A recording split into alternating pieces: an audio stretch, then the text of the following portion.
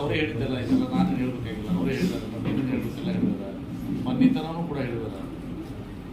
ಅವಾಗ ಅವ್ರಿಗೆ ಮಾಜಿ ಮುಖ್ಯಮಂತ್ರಿ ಆಗಿ ಒಂದು ಟಿಕೆಟ್ ಕೊಡಲಿಲ್ಲ ಅವ್ರಿಗೆ, ಏನಂದ್ರೆ MLA ಟಿಕೆಟ್. ಅವ್ರು ನಾನು ಮಂತ್ರಿ ಮಾಡಬೇಡ್ರಿ, ಬರೀ ಒಂದು MLA ಟಿಕೆಟ್ ಕೊಡಿದ್ರು.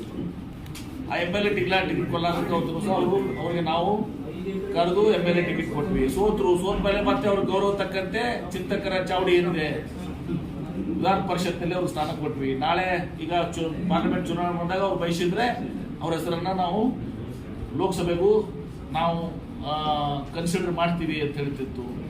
ಇಷ್ಟೆಲ್ಲ ಗೌರವ ಕೊಟ್ಟ ಮೇಲೆ ಇವತ್ತು ಅವರು ಬಂದು ಮತ್ತೆ ವಾಪಸ್ ಇದ್ದು ಅವರ ಘನತೆಗೆ ಶೋಭೆ ತರುವಂಥದ್ದೆಲ್ಲ. ಇದರಲ್ಲಿ ಜಗದೀಶ್ ಶೆಟ್ಟರ್ ಅವರು ಸಣ್ಣವರಾಗಿದ್ದಾರೆ, ಅವರ ವ್ಯಕ್ತಿತ್ವಕ್ಕೆ ಈಗ ಚ್ಯುತಿ ಬರ್ತದೆ. ಇದರಿಂದ ನಮಗೇನು ಹಾನಿ ಆಗೋದಲ್ಲ, ನಮಗೇನು ಇದರಿಂದ ವ್ಯತ್ಯಾಸ ಆಗೋದಿಲ್ಲ. ಅದು ಅವರ ವ್ಯಕ್ತಿತ್ವಕ್ಕೆ ಮಾತ್ರ ಬಹಳ ದೊಡ್ಡ ಪೆಟ್ಟನ್ನು ಇವತ್ತು ದಿವಸ ಬಿದ್ದಿದೆ ಅಂತ ನಾನಂತೂ ಭಾವಿಸಿದ್ದೀನಿ. ಸರ್, ಇದರಿಂದ ನಮಗೆ ಈ ಕೆಲಸ ಮಾಡುವಂಥದ್ದಲ್ಲ. ಸರ್, ಇದರಿಂದ ಬಿಜೆಪಿಗೆ ಲಾಭ ಕಾರಣ ಏನು ಹೇಳ್ತಾರಪ್ಪ? ಅಲ್ಲಿ ಅನ್ಯಾಯ ಆಗಿತ್ತು, ಟಿಕೆಟ್ ಸಿಕ್ಕಿದ್ರೆ ಇಲ್ಲಿ ಬಂದಿದ್ದಾರೆ. ಇಲ್ಲಿಂದ ವಾಪಸ್ ಹೋಗಿದ ಕಾರಣ ಏನಪ್ಪ? ಒತ್ತಡ ಹೆಚ್ಚಿದ ಏನು ಒತ್ತಡ?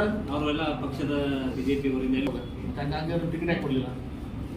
ಅದು ಅವ್ರಿಗೆ ಹೇಳ್ಬೇಕಲ್ಲ. ಅವ್ರಿಗೆ IT ED ಆಗಿತ್ತು ಅಂದ್ರೆ ನಾನೇ ಹೇಳಿದ್ರು ಸರ್, ಅವ್ರೇ ಹೇಳ್ಬೇಕಲ್ಲ ಅದಕ್ಕೆ. ಸರ್, ಇದರಿಂದ ಬಿಜೆಪಿಗೆ ಸರ್, ಇದರಿಂದ ಈ ಚುನಾವಣೆಯಲ್ಲಿ ಬಿಜೆಪಿಗೆ ಇದು ಬಿಜೆಪಿಗೆ ಲಾಭ ಪ್ರಶ್ನೆ, ಅದನ್ನು ಯಥಾಸ್ಥಿತಿ ಮುಂದುವರಿಯುತ್ತದೆ.